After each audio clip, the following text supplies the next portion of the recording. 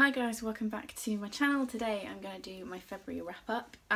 So I had a great reading month in January, read 13 books, and I personally don't kind of equate reading loads of books to a good reading month, but February's not been brilliant. I read 9 books, so I'm still on track for my 100 reads for the year, but read 9 books. I've only got 1 5-star apart from the children's books that I reread, so it's not been the best month.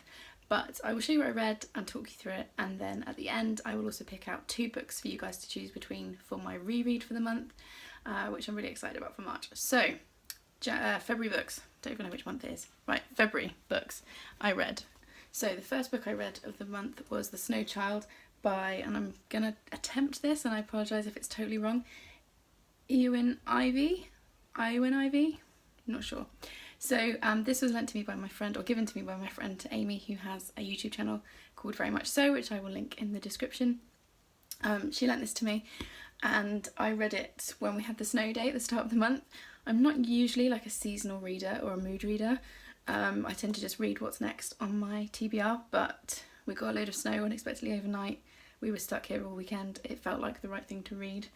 It wasn't quite what I was expecting. I thought it was going to be kind of a like fairy tale, kind of like The Bear and the Nightingale, like that kind of thing, with a bit of like magical realism or something in it, and it isn't. It's about a couple who move to, is it Alaska? Yes, Alaska in the 1920s, and they've been trying to have a child for years and they've never managed it, and they're now a bit older, but they basically moved to be homesteaders and to farm the land and that kind of stuff, and it's all about them basically. But there is they basically build a snowman one evening, and then the next day they find a little girl in the woods, and I couldn't work out for ages if she was magical or not. So it was not quite what I was expecting, but I still ended up really enjoying it. It's written in such an immersive way. I mean, I sped through it in a couple of days and I ended up really caring about the characters. So if you're looking for something that is fairly slow but character driven, I would recommend this, and I gave it 4 stars. Okay, next. Okay, so I always tend to have 2 books on the go. I have one in my bag with me at all times, which I usually read on my commute to and from work, and then I have one at home as well that I read in the evenings or at weekends. And I really didn't make it very easy for myself in February, because the next 2 books that I'm going to show you took me about a fortnight to read, which is a long time for me. Usually a book will take me maybe 2 or 3, maybe 4 days at a push. So for these to take 2 weeks, it was a long time. And neither of them were bad books, but they're both tough in different ways. So the first one that I was reading at home was The Only Girl in the World by Maude Julien. This is a memoir, it's her memoir, and basically she was born in France, or brought up in France. I can't remember where she was born, maybe France, I don't know, but she's brought up in France, and basically her father retreated to this huge country house with her and her mother, and set about trying to make Maude, quote, the perfect human, and he basically abused her physically and mentally. She's also sexually abused, so warning for that going in. And it was fascinating. I gave it 4 stars. It was really hard to read about because it's told from when she's 4 or 5 up until she's a teenager, and like the overwhelming thing that she talks about is how lonely she was and how worthless she felt, because she could obviously never meet the massively high standards that her father was setting for her, and it was heartbreaking. All I wanted to do was like reach into the pages and hug her. It is beautifully written. She manages to write about something horrific in a really quite beautiful way, and she is clearly an incredible person because she came out of it very kind of hopeful and kind, and, you know, reaching out towards other people. So yeah, if you're looking for a memoir to read, this is a good one, but I would warn you, it's tough going in places, and I could only read it in small chunks because what I was reading was so horrific.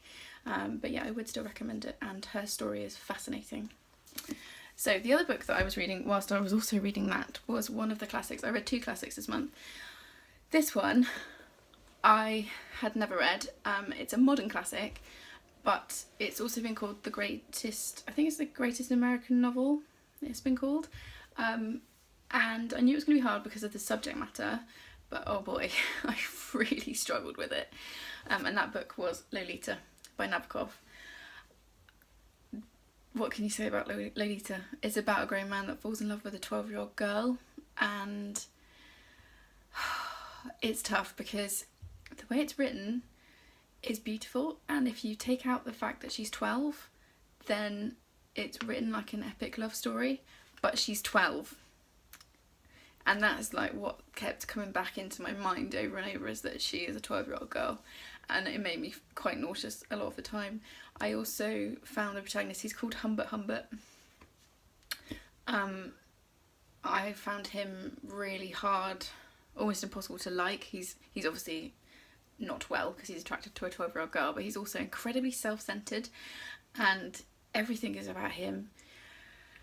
And I've read books before from the perspective of the bad guy, and kind of enjoyed it, but this I just couldn't enjoy it. I think I gave it 2.5 stars. It took me ages to read because, again, I can only read it in small chunks. It's not very long, it's like 300 pages long, so it's not a big fat classic, but yeah, I knew it'd be tough, but I thought I would enjoy it, and I didn't, so great.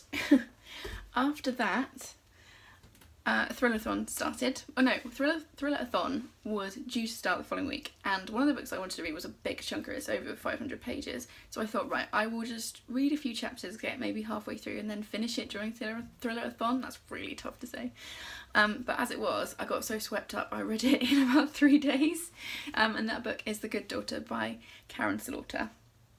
Now, I read one of hers at the end of last year that I just picked up at random because my mum had read it and was getting rid of it, so obviously I took that off her hands, which was called The Kept Woman, which is part of one of her series, and I really didn't like it. It was really average and I got a bit bored. I think I gave it like 2.5, 3 stars, but loads of people have recommended this one to me, and also several YouTubers have been talking about it, and so I thought, well, she's supposed to be really good for thrillers. Harriet Rosie raves about this book, so I thought, right, I'd seen a few people were going to read it for Thrillathon, so I thought I'm going to give it a go, and oh boy, it's so good. It's a standalone, I think, and basically it follows 2 sisters in the aftermath of a really awful crime that happens to them. Their father is a defence attorney. It's set in America, obviously. Their father's a defence attorney, and one evening 2 guys come to their house when their dad's out and kills their mother and attacks the 2 girls, and it is one of the most violent things I've ever read, so just a trigger warning for that. It is very, very violent, this book, in several places. We then fast forward, so you see it first from one sister's perspective, the crime. Then we fast forward 28 years, and the 2 sisters are now obviously grown up. Their dad's still a defence lawyer. One of the sisters is working with her dad in the same practice. The other sister has moved to the other side of the country, doesn't really speak to her family anymore, and you kind of eventually work out what happened, and you get the crime. I think we see it 3 times from slightly different perspectives, and every time we see it, we see something new, and I just adored it. There's also the sister that's working with her dad, Charlie. She witnesses a school shooting, and she sees it happen, but then you kind of, as things unfold, you realise that maybe she didn't see what she thought she did. So I thought it was brilliant. The 2 main characters, they are quite difficult. They don't make great decisions, especially the other sister. Is it Sam? Yeah, Sam. So they're quite hard to like to start with, but once you learn what happened to them when the crime happened and what's happened since, I fell in love with them, and I was really sad when this was over. And for 550 pages?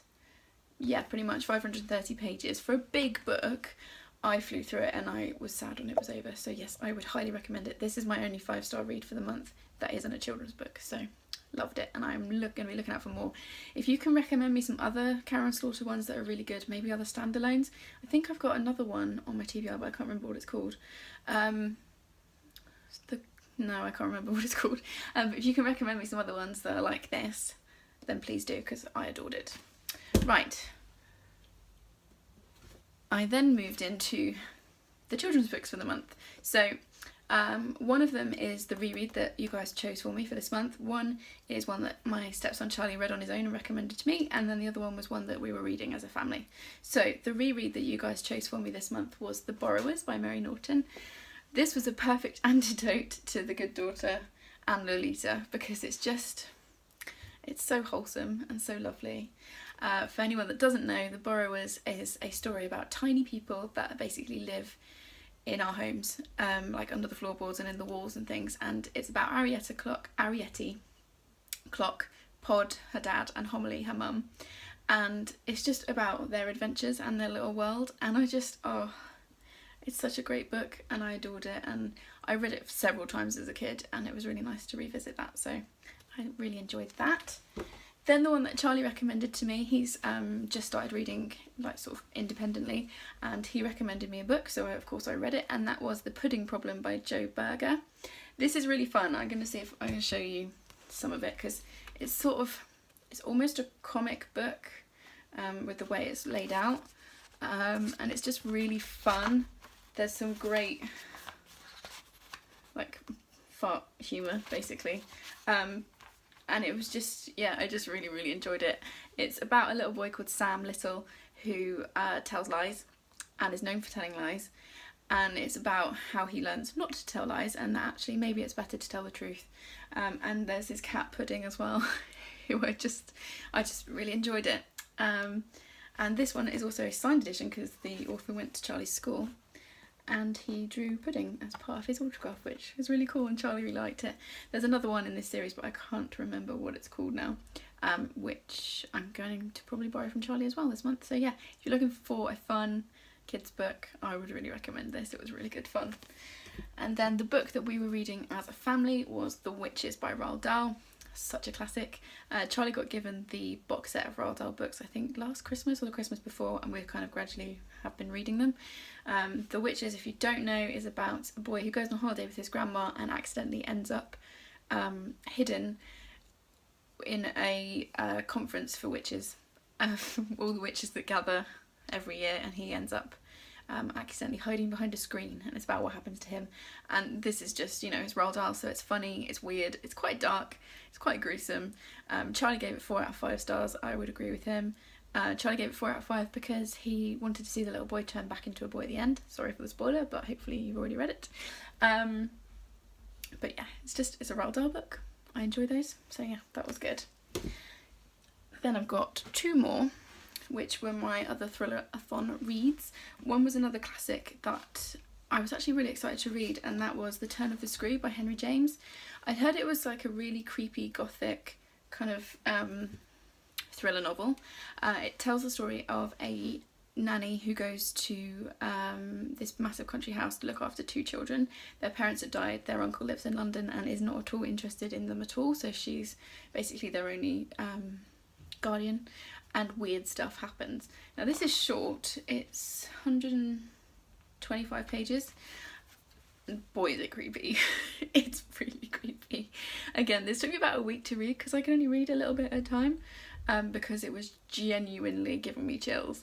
So yeah, it was good. I gave it 4 out of 5 stars because it did drag a little bit at the end, but the start and the middle in particular, I was like, when you read and then you realise that you haven't breathed in a couple of minutes, it was that kind of read. So yeah, if you're looking for a classic that's also really creepy, kind of gothic thriller, I would recommend this one because it was creepy.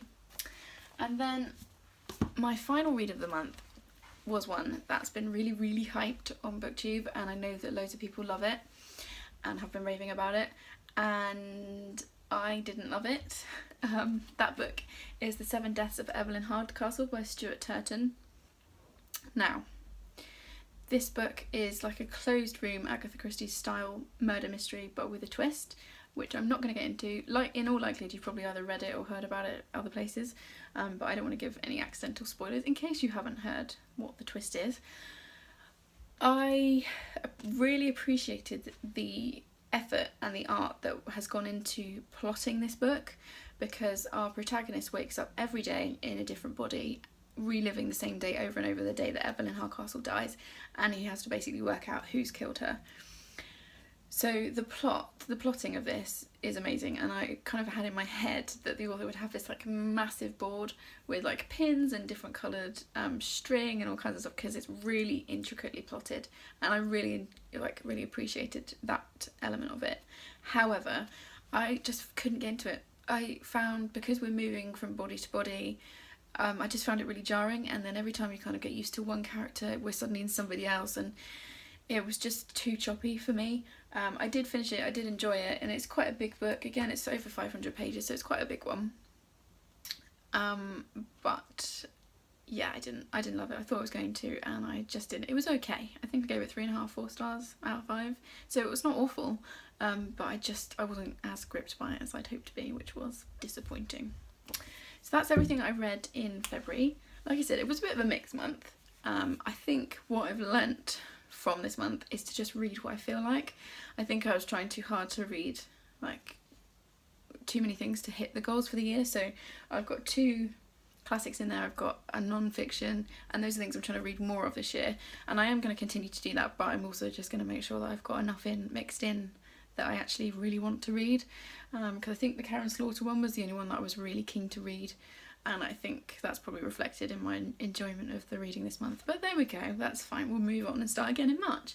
Now, one last thing we're going to do is, with my trusty cat mug, I'm going to pull out 2 books for this month's reread, and then you guys, I will put a poll up straight after this video goes live, and you guys can go to my Bookstagram account, which will be linked below, and tell me which one I should read. Right, so it will either be The Time Traveller's Wife, which is one of my favourite books, and actually I didn't reread it last year, so that's exciting, or this was the other option that you guys didn't go for last month, The Miniaturist by Jessie Burton. So like I said, I will leave the link in the description to my Booktube channel and my Bookstagram channel. You're already on my Booktube channel. And please go and have a look on there, have a vote, and I will see you next time. Thanks, bye!